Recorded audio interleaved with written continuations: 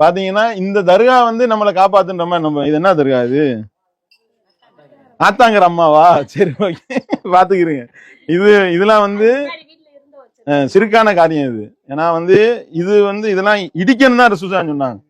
தர்காக்களை வந்து தரமட்டத்துக்கு மேல இடிச்சு தரமட்டமாக்கணும் தான் ரசூலுல்லாஹ் சொன்னாங்க அப்ப இடிச்சு தரமட்டமாக்குற வேண்டியதை நம்ம போய் வீட்டுல போட்டோவை மாட்டி வைக்கலாமா சொல்லுங்க பார்ப்போம் அதே மாதிரி ரசூலுல்லாஹி அலைஹி வஸல்லம் மூத்தா போற நேரத்துல அல்லாஹ்விடத்துல துஆ செஞ்சாங்க லானல்லாஹுல் யஹூத வன் நஸாரா யூத நஸாராக்களை அல்லாஹ் நாசமாக்கட்டும் காரணம் என்ன தங்களுடைய நபிமார்களுடைய கபறுகளை வணங்கும் இடமா ஆக்கிட்டாங்க அவங்க அதனால அந்த நாசமா போட்டு துஆ செஞ்சாங்க நபிமார்களுடைய கபறுகளே கட்டக்கூடாது அதை வணக்கம் இடத்தமா ஆகக்கூடாது ஆத்தங்கரம்மா யாரு அப்ப வந்து இதெல்லாம் வந்து இணை கற்பிக்கக்கூடியது இதை தூக்கி குப்பையில போட்டுரும் சரியா ஓகே தானே உங்களுக்கு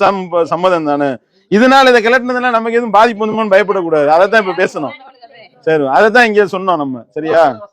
அல்லாஹ்வுடைய வசனங்களை தான் நம்ம சொன்னோம் அதுதான் அடிப்படை சரியா இதை தூக்கி வீசிடும் இதை நீங்க வீட்டுக்குள்ள வச்சுக்கிறீங்க இது வந்து இதுக்குனால எந்த விதமான சக்தியும் நமக்கு கிடையாது இது குர்ஆனுடைய வசனம் தான் வீட்டுல உள்ள வச்சுக்கிறீங்க சரியா வரோம் சரி வரோம்மா இதை வந்து நீங்க உங்களுடைய உறவினர்கள் அவங்க யாரும் இந்த மாதிரி இருந்தாலும் சொல்லுங்க அவங்களுக்கு